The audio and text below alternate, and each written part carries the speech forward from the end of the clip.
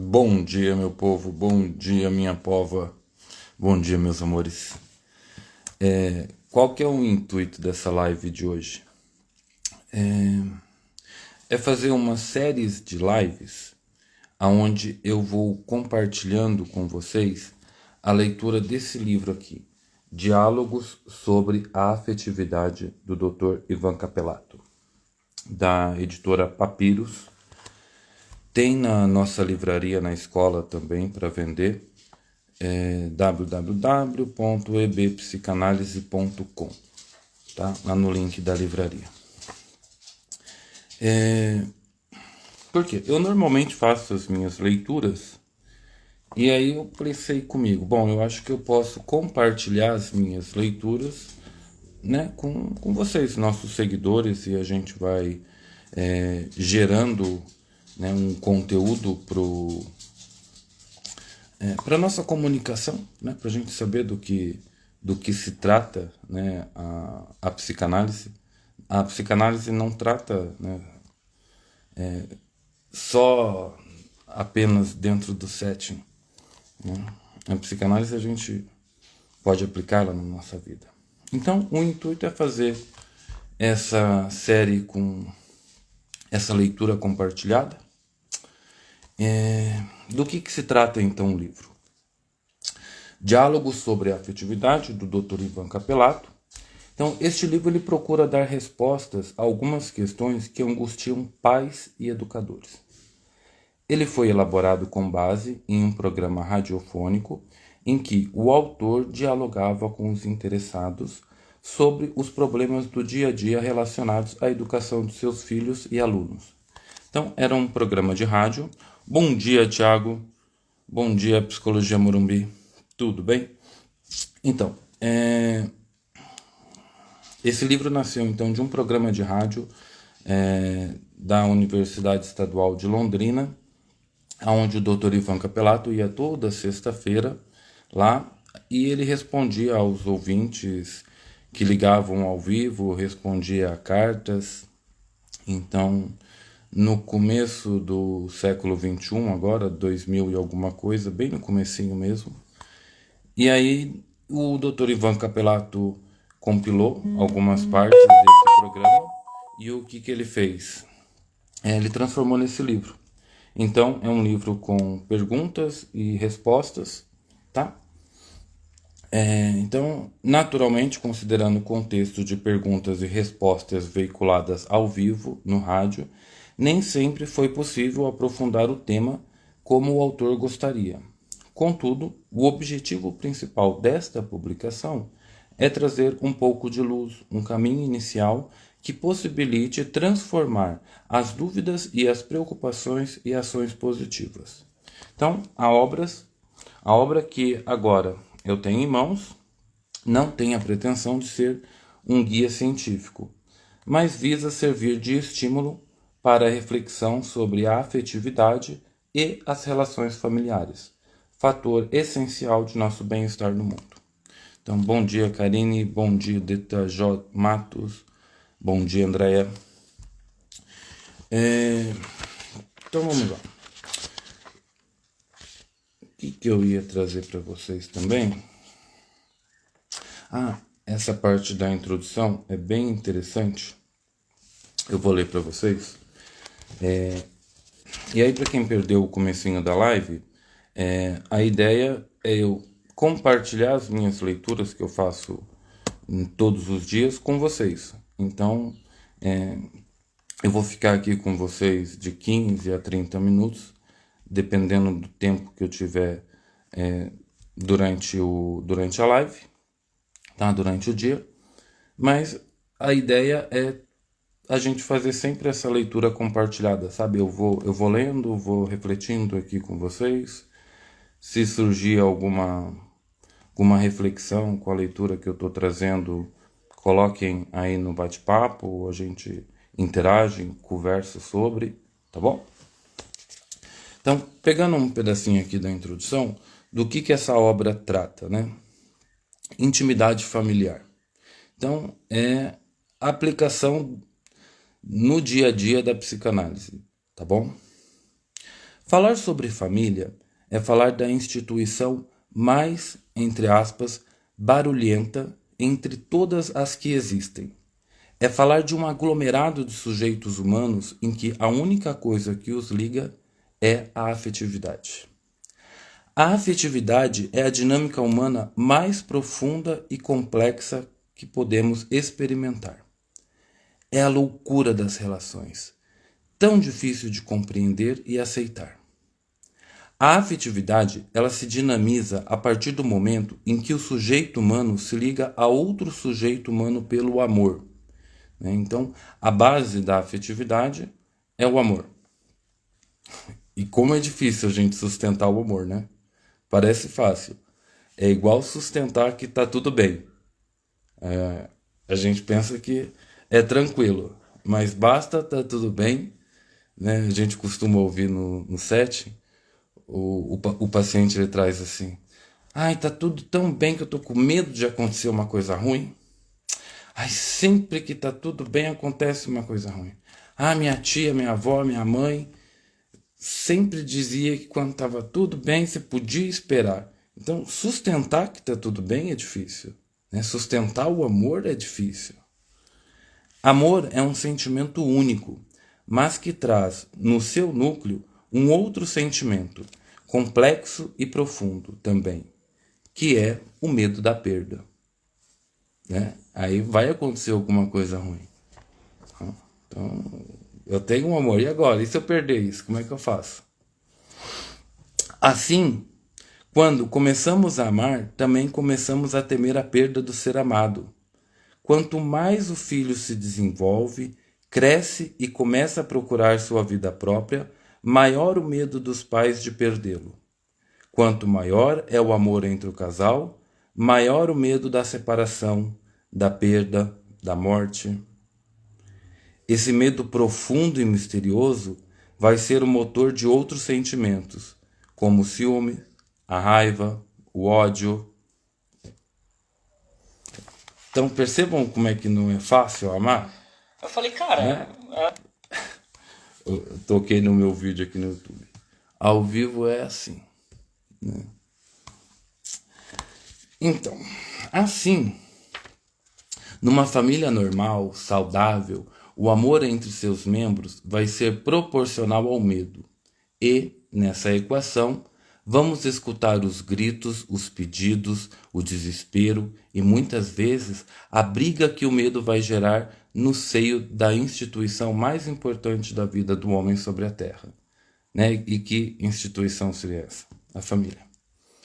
A afetividade mistura esses dois elementos, o amor e o medo de perder. Envolta no manto sagrado da preservação, da proteção e do cuidado, a afetividade vai produzir o barulho normal das famílias saudáveis, que é a dialética do amor-medo, em que os membros dessa família vão se digladiar em nome do bem-estar e da continuidade da vida. A intimidade familiar nos mostra que, a cada desejo de que o filho cresça e se torne autônomo e independente, existe um medo correspondente, até que se chega a um ponto em que o desejo e medo se tornam iguais. Já não há distinção entre um e outro. Né? Ao mesmo tempo que os pais querem que, né, os filhos se desenvolvam, se tornem independentes, tomem seu rumo, né? E o medo de ir e não voltar mais. Assim, pais dedicados e cuidadosos, desejosos de que seus filhos cresçam e se tornem independentes, podem, em um outro momento, impedir que isso aconteça, sabotando ou boicotando os ideais dos filhos. Tornar claro para nós mesmos que, em nome de um sentimento tão bonito que é o amor, podemos agredir e sabotar aqueles a quem mais amamos. Em virtude do medo da perda, é o trabalho mais importante para o nosso crescimento.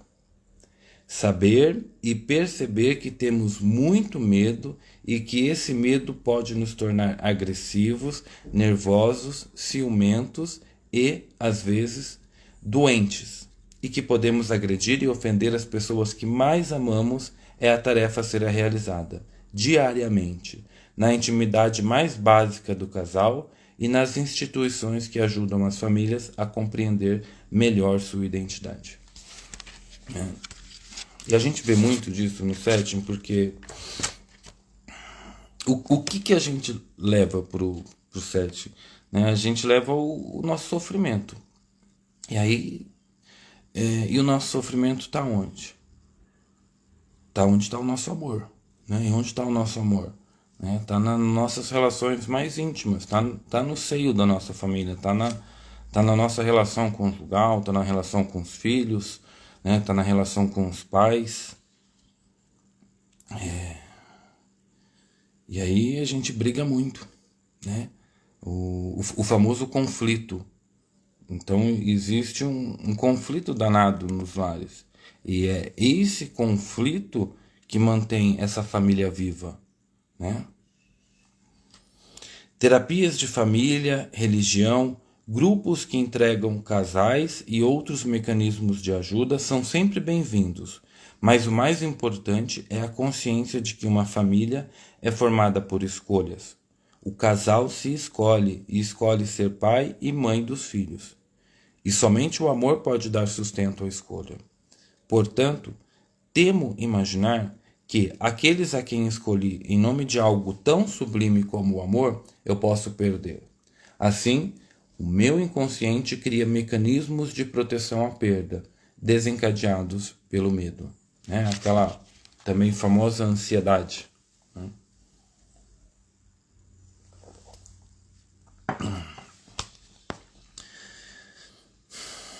Não devemos jamais nos confundir diante da loucura, que a afetividade nos proporciona constantemente, a confusão entre ser saudável e viver os conflitos que o amor traz e ser indiferente e evitar os conflitos.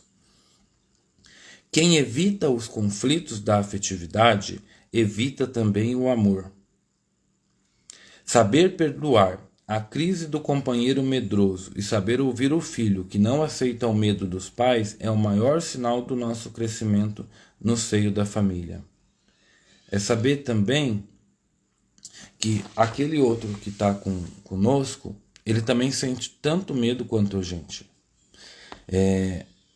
A gente escuta muito, né, o paciente falar que ele não quer mais sentir aquilo. E eu não sei como é que a gente faz para não sentir algo. Eu acredito que o que a gente consegue desenvolver é uma capacidade de suportar. Então, como eu suporto? Não é como eu elimino aquilo. Como eu elimino o ódio que eu sinto, né, em determinadas situações. Aquilo me incomoda, me faz mal. É como que eu suporto aquilo. Sabe? É como que eu me controlo internamente, psiquicamente, né, mente e corpo, né, para não ir lá e estrangular determinada pessoa. É a capacidade de suportar. Agora, a capacidade de eliminar o ódio, né, de se sentir indiferente, não sei. Tem gente que acredita que dá certo. Eu nunca vi dar certo.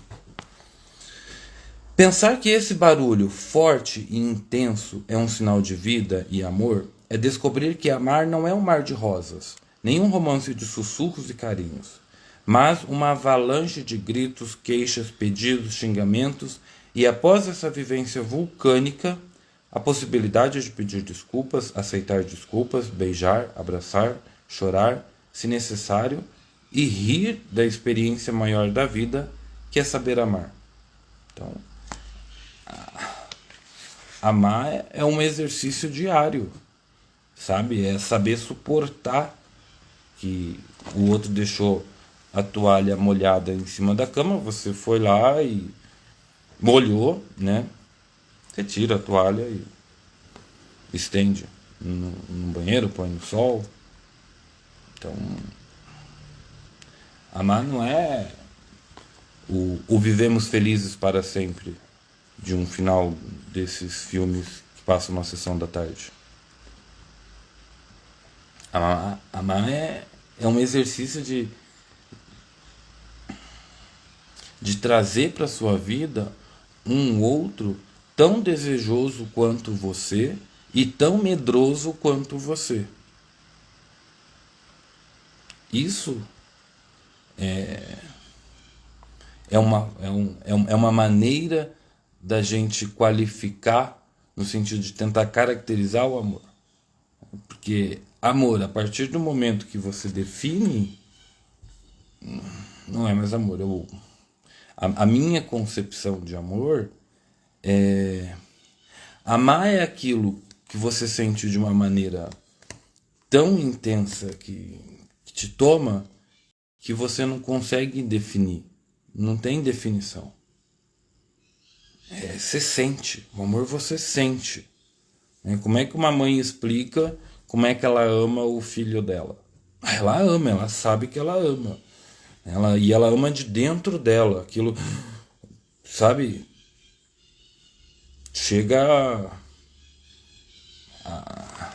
a ser extremamente insuportável pensar a possibilidade de se perder aquele ente.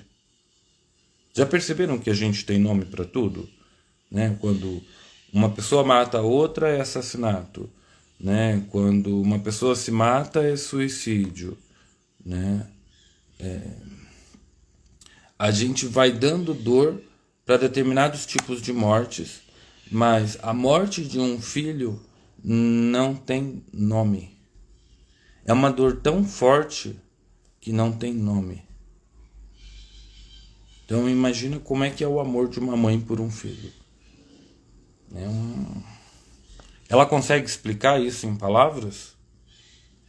Ela vai tentar, né, ao longo da sua trajetória, nomear, qualificar, caracterizar, e a cada momento vai ser de uma forma, vai ser de uma intensidade, vai ser de uma maneira. Então é com isso que a gente está lidando, com esse sentimento, e é com esse sentimento que esse livro vai trabalhar. Então fica que é um sentimento difícil de definir e como que ele se espalha pela nossa vida, né? De que maneira que ele influencia a nossa vida. Então a ideia vai ser essa. Eu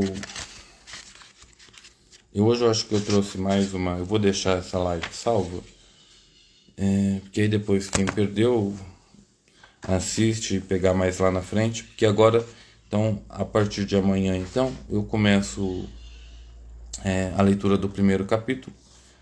Né? Já começa assim: família. O que é isso? Então a gente vai falar de família amanhã.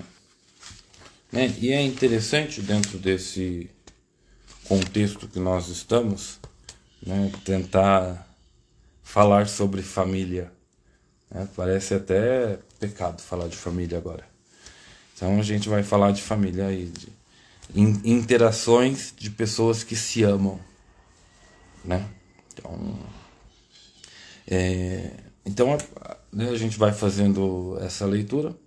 Queria agradecer quem esteve presente aqui agora com a gente. E fica o convite para continuar seguindo a gente. Amanhã eu vou fazer também no mesmo horário, às 7 horas. E aí a gente fica das 7 até as 7h30, até umas 7h20. Eu vou lendo, tá? É que hoje, daqui a pouco, eu tenho um paciente, então ainda vou reforçar o café que eu tomei antes de começar a live. E aguardo vocês. Até lá. Um abraço.